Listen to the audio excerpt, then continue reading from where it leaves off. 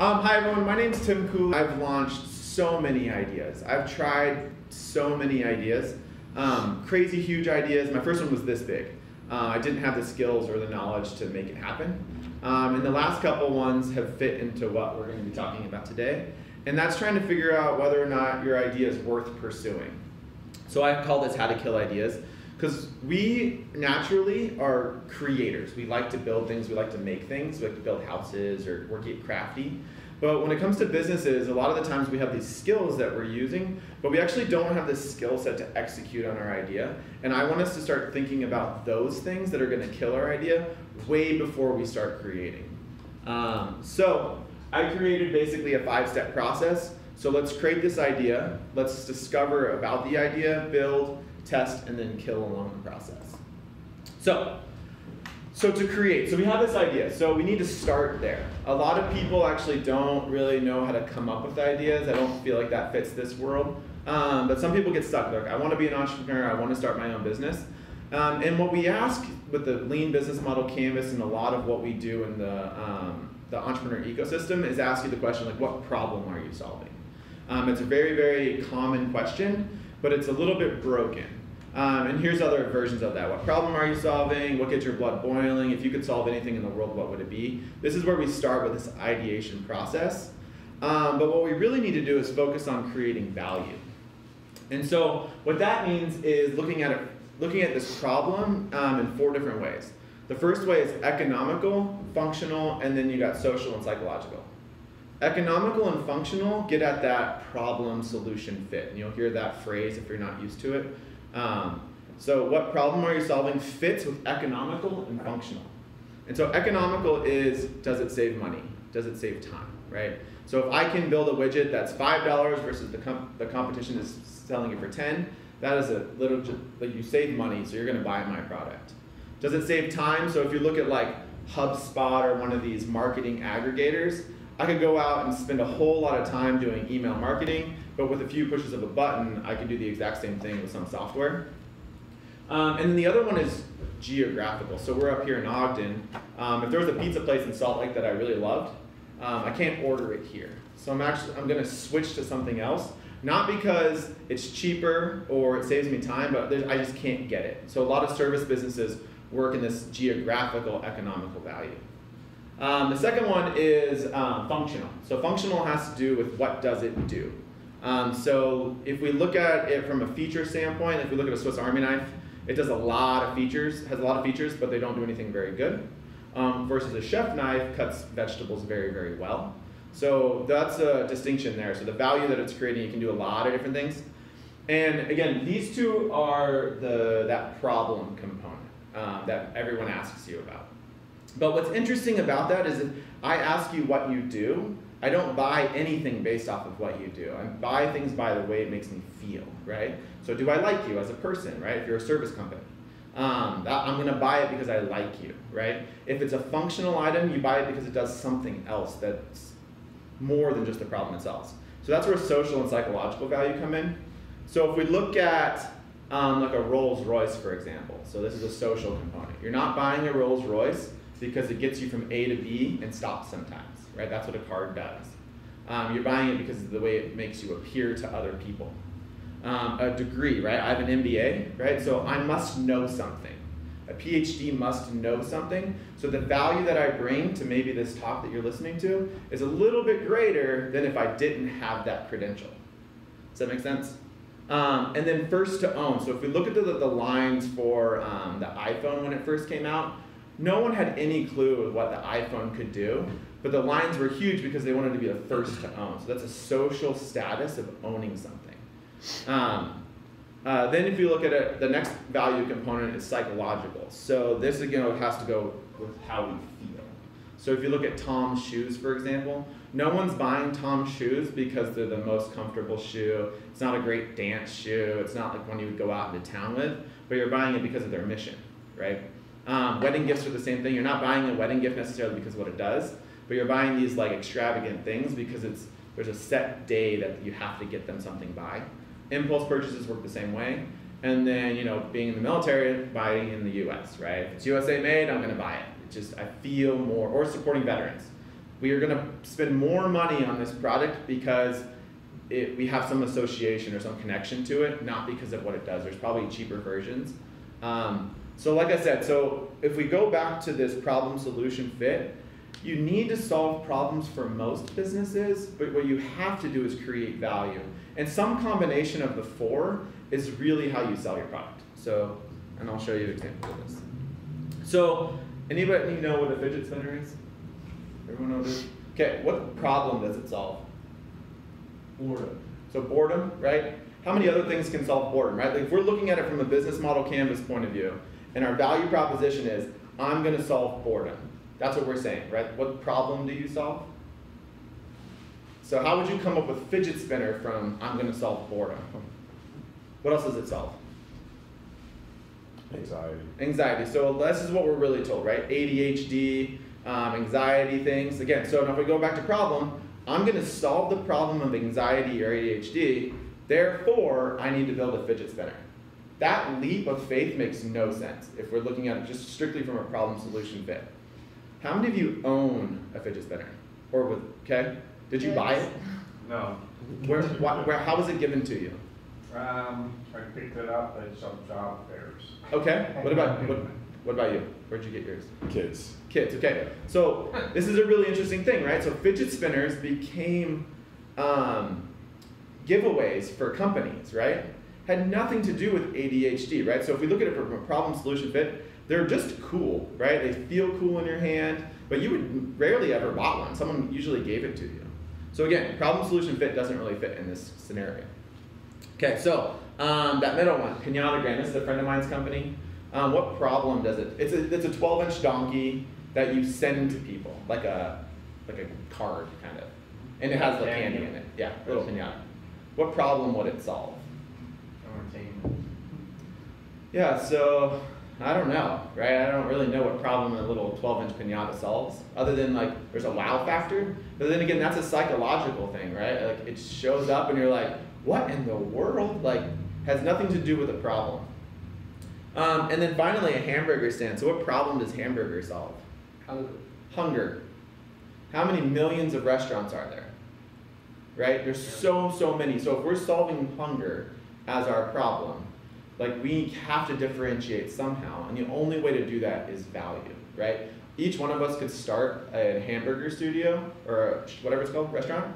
And if we all provided a little bit of different value, we could all compete in the same space. That's my belief. Jim? So, yeah.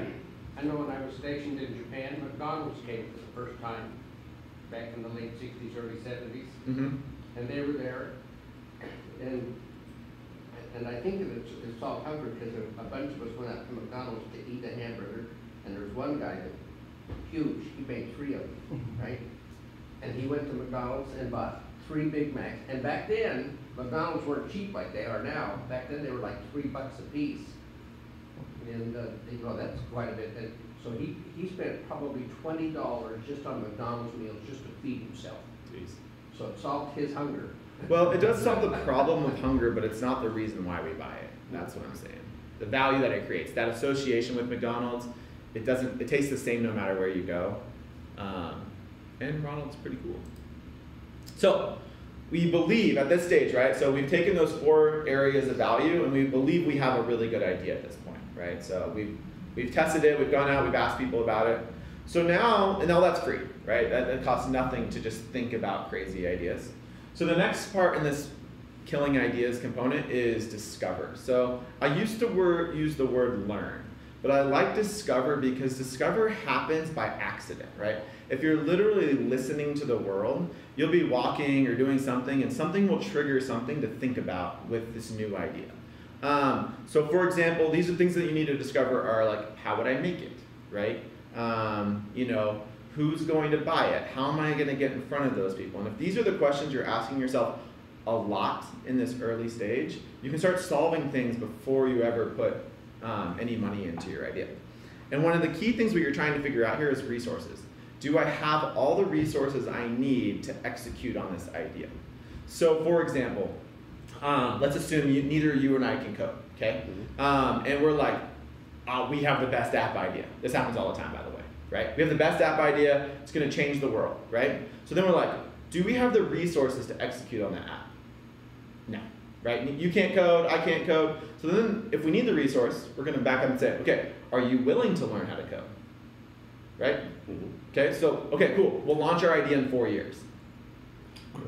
Awesome, right? In 4 years, that's probably not worth doing anymore, right?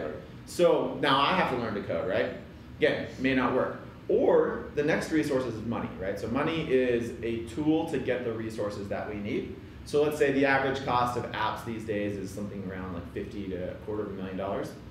Let's assume, again, we're both just crazy idea people. We don't have all this capital. So I'm like, man, do we have money? Nope, right? So it's not that our idea is bad, it's just not worth pursuing at this point because it's just never gonna work. And even if we did, assume we spent that $250,000 building the coolest thing, do we have enough money to market it? Do we know how to market it? Do we know how to get to our clients?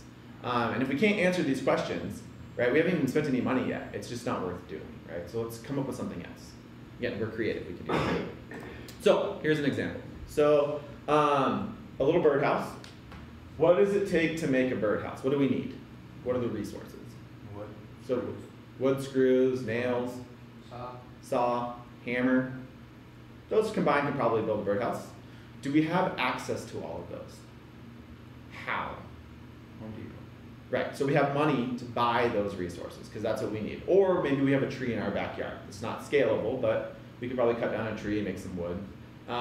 The second thing, and we often forget about this, is do we have the skills to build a birdhouse, right? Not everybody knows how to saw or use a drill, right? I do, right? So I can build a birdhouse. I have that skill set. But what if we didn't, right? Am I going to hire you to saw my birdhouse? What would that cost? So this is kind of how I want us to start thinking about idea creation. And then sales and marketing. Where am I going to sell my birdhouses? Like, who buys birdhouses, right? I feel like I haven't bought a birdhouse. I don't even know where you would go to click to. Sell it on Facebook, Facebook Marketplace. Like, this is kind of, again, this is free. You should spend a ton of time here. This is where you should spend most of your time. Value and ideation is really easy, but we do that all the time. But this part right here is where a lot of people don't spend enough time, and it costs nothing, and therefore they start building way too soon. Does that make sense? Okay, so here's just some questions I have. You know, like who's gonna pay? Can they pay Venmo, PayPal, Bitcoin? It's huge right now. But again, this is not a guide. It's more of just like getting you to think. Okay, so now we believe we have this value that we can create. We've mapped out as many of the possibilities of resources that we need to make the idea possible, and we're capable. At this point is when I think you should start building the idea. The first thing that you want to do is get people to see your idea, right? So the most valuable thing you can do literally is draw your idea on paper. That gets it out of your head and in front of other people. And I know there's a whole IP issues and things like that, but like just show people. You want to see if the value you believed is true from people, and you can do that with paper and pencil. So this is called, that's your first minimum viable product. So you'll hear the term MVP. What you want to do in the build stage is build just enough to test sales.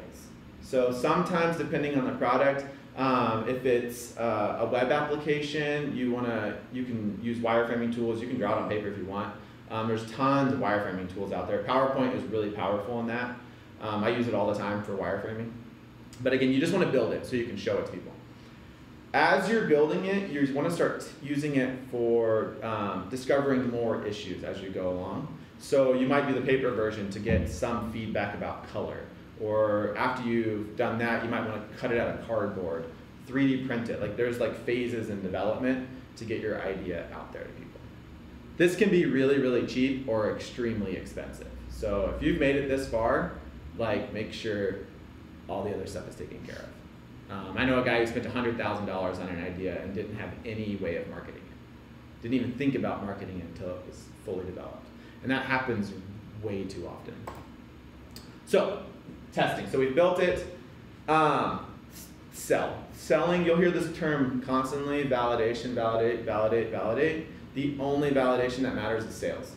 So if someone's not giving you money for your idea, then it doesn't matter, right? They're like, oh, that's so cool. Give me $5. And I'm like, but it's not that cool. So you really want to sell it. There's lots of different ways of testing this. So I'll show you a couple of them. But you can run Facebook ads. You can direct sell your product. So if I'm directly selling to you guys, You can get partnerships, letters of intent, and then crowdfunding is really popular these days. But crowdfunding has changed a ton over the last 2 or 3 years. If you don't have a lot of money for marketing, crowdfunding may not be the right solution anymore. But something to think about. Well, wasn't crowdfunding kind of pre-selling? It was pre-selling, but they're saying now you need anywhere between $10,000 and $50,000 to even have a chance on crowdfunding. Why? Because with the algorithms and stuff, people are just spamming it with the ad content to get them in the discovery phase. So it's becoming really more of a pre-launch versus what it was when it first came out. So here's a way of testing a physical product. So in our MVP, in our build stage, remember I was saying how we want to build our idea just enough to sell it, right? So what you can do is set up a landing page. You have versions of your idea that are photoshopped or faked, and I'll show you examples of this in a little bit. But what you want is 2 buttons. You want a buy button and an info button. The info button leads you to an info page, and then you have another buy button. People can't go anywhere. What you're trying to do is funnel people to make a buying decision. So now they buy it, but then you say at the end of it, sorry, but we're out of stock, or coming soon or something. And at that point is when you try and capture email addresses. But what you do is you run a Google ad or a Facebook ad to this system. So imagine if you spent $100 and your product cost $100 and you sold 4. You theoretically sold 4. That is a good business, right? You made money even though you didn't sell anything. You haven't built anything physically yet either, so you haven't really lost any money either, except for the $100 you spent in ads. That is a great way to say, somebody will pay for my thing, it's worth moving forward. Make sense? So, Google ads and Facebook ads work differently. When you're going to Google, you're going to answer a question, right? How do I, or electric gloves or something, you're trying to get an answer to a question. So Google actually puts people one step closer in the buying process. So if we go back to the beginning, right, I talked about that value creation. Value creation doesn't work in Google ads. It's the problem solution fit, right? So if you're trying to sell, I don't know, something, a hunger, right? That's where it fits in. Like, find me a restaurant. And it fits really well with this model. Facebook ads is way more about value creation. So if you look at the way we use Facebook, we're just skimming through, trying to find something to do. You have to pique someone's interest enough to click on your ad. That is not a buying decision. They're not in the mode to buy. Sometimes it happens, but they're not in that mode to buy yet. So you have to take them from a Facebook ad, convince them that they need to buy your thing, and so Google's way down, like down here, let's say the buying decision's here, Google's about here, Facebook's here. So you have to get them through this entire cycle to get them to buy something. So keep that in mind, depending on what kind of test you're running, Google's way closer. So if you can use Google Ads, it's a much better test than Facebook ads. Okay, so when we talk about building and testing, so this is a web application. In a web application, you become the software. Okay, so we have all these ideas. So let's look at like Tinder, for example, right? Dating service. Now it's an app and you can swipe right. But what if you were to take it back, way, way back, you can become this part of the software, right? I could bring, if it was me, I'd bring like 30 pictures of women in my demographic of age group, and I could like them by putting them on the right or the left. It mimics the software that I'm trying to create. Then, once I've liked those persons, I would find those ladies and do the exact same opposite. And if I matched, I would just send an email. Right? That's basically what's happening. So we can take this up way back. You can become software. This happens in reports too. So if you look at like a Domo or something, you could do all of the technical stuff yourself and then send a report to somebody. My first company was like this. So it was an online exercising platform, and we were putting videos online. We had this whole gamification element. If I would have known this, I could have saved so much time and money figuring it out, right? We built this software. The thing that killed it was we couldn't take payment. We had no way of taking payment. This is before Stripe and all these new services. But what I could have done was tested the gamification element at a studio and to see if that was even worth pursuing. And then if it was getting new business, then I could have built the next step, would have been software. Does that make sense? So you become the software. Okay, So again, our whole process in here is to figure out if our idea is worth pursuing, and if it's not, then we kill it as fast as possible to move on. So let's look at some ideas. Okay, so in my MBA program, we were challenged to come up with an idea to do an Internet of Things device.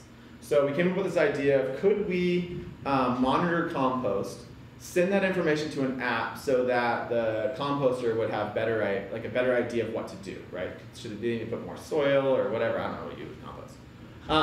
So anyways, so we had all these questions. So this is like our discover phase. Like, how many people compost? Like, what do they do with it? What's the process of composting? And so we're like, okay, let's test it. Let's build something. We believed we had some value. We weren't really sure at this time. So what I did was I took a smoke detector and then I spray painted it black. This mimicked this device. And then we built a wireframe in a tool called Balsamic. And so we took those things and we went to people who were composters. And we said, here, just handed it to them. Didn't say anything. We had a bunch of questions we were going to ask them. And they would take our device, they would go out to compost and throw it in there, and then they would play around with our app. And so it was what we were trying to do here in our test was feasibility. Is this even worth pursuing? And what we learned was it wasn't. So we handed it to people, they threw it in the thing, and they were like, I really don't care that much. Like, composting for me is a hobby, even though I do it every day. I'm not willing to spend $150 or $200 for your little device thing. So no one wanted it. We talked to like 10 people, nobody really wanted it. What was interesting though, even in just this experiment, we found out black was the wrong color, because compost is black, and you have to like churn your compost. So if we were to pursue, we would have painted it orange or green or some other color so that it would stand out. Yeah, so yeah, we killed this idea, and I think we spent $15 on the whole thing. Not a bad experiment, in my opinion. So another idea I came up with, so I'm a board game designer, and I'm sitting there play testing some games, and I go to the restroom, and there's a bunch of people playing Magic the Gathering, a little card game, and it smelled awful. And I was like, man, someone's got to do something about this. Sat on the idea for a while, and I was like, I should do it, right? Like, that's what we do, entrepreneurs, we just come up with ideas. So I was like, okay, these are my discovery questions. Or some of them, right? Like, why do gamers smell? Like, do they need a brand association to something? Like, what's the problem going on here? Well, so I came up with this idea for a deodorant, and I found out through this discovery that almost all deodorants are pretty much the same. So, you know, what's a normal deodorant? That doesn't make any sense. They're all made in the same places. So I put together, it cost me like a couple $100, a logo. I spray painted an Old Spice container orange. I wanted the product to be orange because it mimicked the world that I was going into. And then I found out that I needed, for everybody I was going through, a minimum order quantity of 10,000 units. And I was like, I don't have that money. So naturally I went to Kickstarter. And then this is what I learned. So this is what the product looked like, right? Looks pretty real, even though it's all Photoshopped. And so I'm on Kickstarter. I had all the manufacturing and everything lined up, but I needed this $25,000. One thing I learned was my messaging was completely mixed. So esports was growing as a market. I was like, man, I should get into that. Well, I designed my product for like the D&D Magic the Gathering players, so it looks like very like old. And whereas the esports is very more electronic, vibrant colors. But my video for Kickstarter was a Pokemon Go spoof.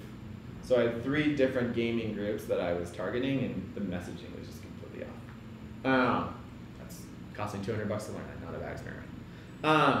We launched it. We were on 8 of the top 10 gaming blogs in the world, and gamers were super offended. So they were like, what's it gonna smell like, deodorant, or Doritos and Mountain Dew? And I was like, that's what you want it to smell like, I guess. But then other people were like, I would totally buy this for my kid. Like, you should sell this at Comic-Con. Like, so there's this really mixed messaging if you read the comments. So I was like, man, what do I do? The conversion rate for our Kickstarter campaign was way less than 1%. So we just weren't getting anything. Selling a $3 product on crowdfunding doesn't work, especially when you're trying to raise $25,000. That would have been the most successful campaign ever if that would have worked out. So our minimum order quantity was too high. And so what was interesting though is every board game store I reached out to bought it. They bought the biggest pack possible. Because that was a legitimate problem. We talk about problem solution, right? They actually had signs on their thing, like if you smell bad, we have the right to kick you out. So it was a legitimate problem for them. So I was like, sweet. But the minimum order quantity was so high that it made it not worth doing. If I could have done like 1,000 unit order and it would have cost me like $1,500, totally worth, I would have tried it. But 25,000 was too expensive.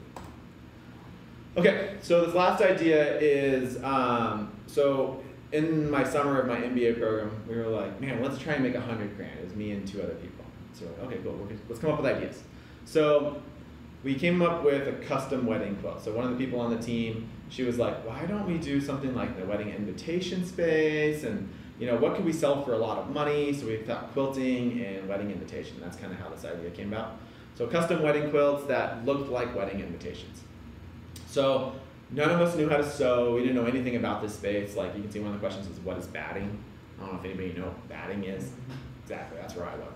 So batting is actually the fluff in the middle of a blanket. So I'm like, okay, cool, this is great. So we went and talked to like a bunch of quilters and tried to get people to make it. But we didn't know if anyone would buy it. So we paid someone in Spain $100 and they designed this little image for us in an Illustrator. Then we printed off, I think it was like 60 or 90 sheets of paper to match the size of the quilt that we wanted, taped them all together, and then we would lay that thing down on things and we would take photos of it and then we Photoshop the lines out. So that's how we got that. Super excited about it. So we built a little Shopify website that cost nothing, and then we just put it out there on the market. We ran no ads to it or anything. We just wanted to see if somebody would search it and buy it, and that actually happened. So I'm in Japan, I get a call from a lady in Australia, and she's like, I want that. So we're like, okay, shoot, we gotta figure this out now. It would have cost $1,000 to make one. So that means that we would have to sell it for $2,000, and we knew nobody would do that. We talked to like some embroidery places, that would have taken 3 days to make it. Quilters were super expensive, and so it just became physically impossible to create. So we didn't kill the idea, we just shelved it. And well, my mom loved it, and she was like, well, I like sewing, I'll learn to quilt. So she learned how to quilt. Still thinking about this idea. We're still in like kind of the discovery phase at this point. So we tried a bunch of stuff. We tried, so embroidery didn't work, it would take too long. We tried painting it, right? What would paint look like? We looked at emulsion printing, so like kind of how they do t-shirts and stuff now. That looked too cheap. We thought that if we're gonna sell something that's expensive, it should feel expensive. And so then after my mom spent about 2 years quilting, she saw a machine that could actually stitch it. So that's actually one right there. It's a real one. And then we've sold 2 of them since then, and we're going to a wedding show in June to try and get more clients. So I hope you can see that process. We have this crazy idea. We spent a lot of time in discovery. Our test kind of worked, and now we're in the next phase of testing with this business model. Don't know if it's gonna work yet, but we're definitely further along the process, and we didn't move forward until we believed somebody did buy it, even though we didn't take payment. So you said you found a machine that could do that quilting for $17,000. Yeah, so 17. So how much, besides that sunk cost or that capital cost, what does it take? How much time and personnel does it take? In other words, how much does it cost to actually make one? To make a quilt, it takes about 6 hours, and physical cost is somewhere close to like 120. And that's just like the fabrics and stuff. Like they're not cheap. So what's your labor cost? About 120, about the same. So, I mean, right now it's my mom and my dad who's stitching them together, so it's free. But when we go to hire someone, so we sell them for around $499, $500, because it just takes time. But yeah. Anyways, so that's my presentation. I hope that was good. If you guys have any questions, I'd love to answer them or help talk through things. Yeah. I noticed that the word quality was never used. On the quilt? On anything that you've discussed here. When you talked about your 4 factors at the beginning, that was not one of the factors that was related In value? for value or anything. You've never used the word quality in in this presentation. Where does that play in? So I would say quality has to do with the psychological value, because it either is quality or it's not, and that may not depend on, if I'm just going after cheap, then quality isn't important as far as the value is concerned.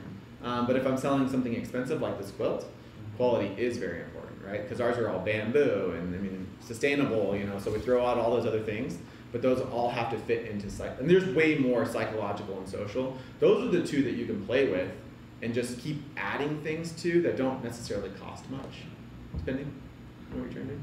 Because I know I heard a presentation at one of the ELP's meetings about you don't have to price your stuff low.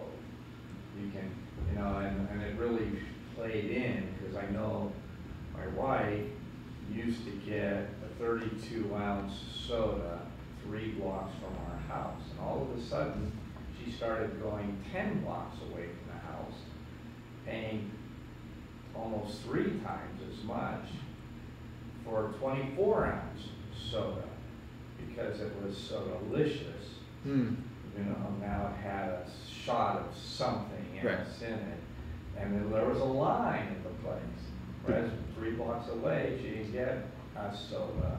Did you say so delicious or so delicious? So delicious. Okay. Have you ever heard of so delicious? I've never heard of so delicious, but I like it. Yeah, there's a thing. Make it up in the office. Yeah, I guess so. And there's another place called Swig. Mm-hmm. I've heard of Swig. And they both do basically the same thing. They make dirty drinks, is what is their marketing aspect. They could cost 2 or 3 times as much as what you could get at any 7-Eleven and that kind of stuff. And people are literally lined up to get that, you know. So that has like a lot to do with like a functional value, right? Because you can't get the coconut spritz in a Coke unless you can do it yourself, right? Yeah, and sometimes I know she gets a little coffee creamers, you know, because it's, you know, and puts it into her Coke. Mm-hmm. They want Yeah, to which know where we're doesn't have at. access to soda. But it's interesting though, if you think about that business, right? Mhm. Again, if we go back to this problem solution fit, it doesn't fit, right? It's someone tried something they believed to be true and it worked out, right? And I think that's, I don't know how that fits in the world that we live in right now. But anyhow. You know, I've seen this presentation 3 times. That's the first time I've been able to read it on your quilt. Oh, this one? Yeah, see, that's a problem that we have now. We can't figure out how to take photos of it. So we actually tried selling it online. We had click-through rates of 14%. So we were like, people like it, but nobody would buy it, right? 14% is huge for Facebook ads. It's usually about 2.5%, 3%. That's considered a really good ad. So ours were 14%. Then we would remarket back to those same people with a 10% click-through rate, which again, that's massive, right? Nobody would buy it. So we think people like it, but when you're talking about wedding spaces, right? Like weddings have to be happening for you to do it.